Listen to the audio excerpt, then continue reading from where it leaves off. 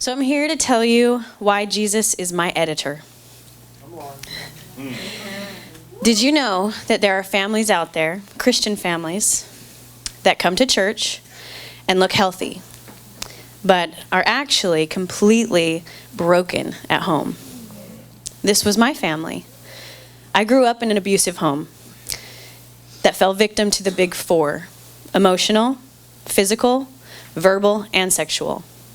Not all by the same person. And yes, we were Christian. We were like many other families of abuse who had this amazing ability to look completely normal to everyone. But inside we were filthy, broken, and decaying.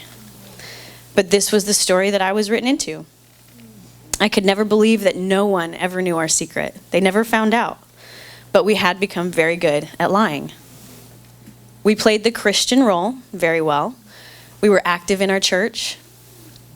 We were on the worship team. We were part of TV programs that our church put on.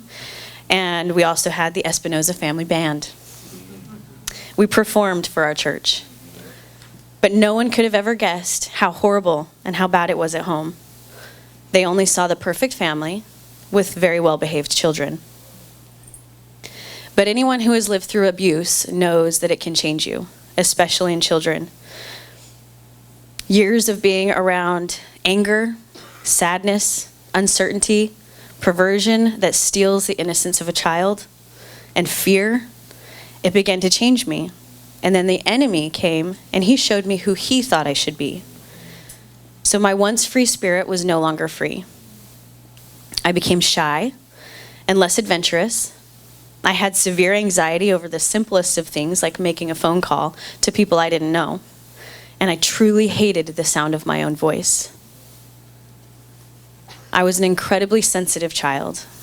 I could feel those things that lurked around my home in the darkness and the shadows. And I could feel the sadness on people. And sometimes it was so powerful that it would make me cry or it would make me sick to my stomach. So I decided to build a wall. And I shut that down. I didn't want to feel those things anymore. What I desperately did want to feel was love. But that part of me had changed too. And it wasn't pure any longer. It was physical love that I knew best. So I searched for it. And I searched for it everywhere. There are a lot of changes that happened over the years. But one thing that never changed, growing up in a Christian home, growing up in church, one thing that didn't change was Jesus.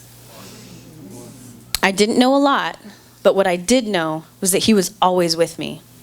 I knew that he protected me, and that when I called his name, those things that lurked in the dark, they left. So eventually, after many years, I found myself halfway through the pregnancy with my son, Aiden, and I felt that it was time that I had to go back to church. I wanted my son to know this Jesus that I knew was real. So I gathered my story together and I submitted it with all the changes that the enemy and I had done to my story, and I gave it to the editor, the one who is in charge of the final product, the one who has the final say about who my character is. And Jesus said to me, "Who is this character in your story? I know the story, but this is not the character that I wrote for this story. The girl I chose has a voice. She isn't afraid to speak the truth in a direct way. The girl I chose speaks with authority and can look people in the eye. Despite the sadness and the fear, all of those things that surrounded her as a child, the girl I chose is strong, and she can rise above all of that. And because she has been made whole in me, I chose her to walk beside others who struggle where she has struggled. They will see me through her because I have always been with her, just as I am with them. I chose her to give them hope, the hope that I gave her, because she's willing to tell her story. Yvonne, I chose you, and this is who I say you are, and I have the final say." So you know what my Jesus did after that?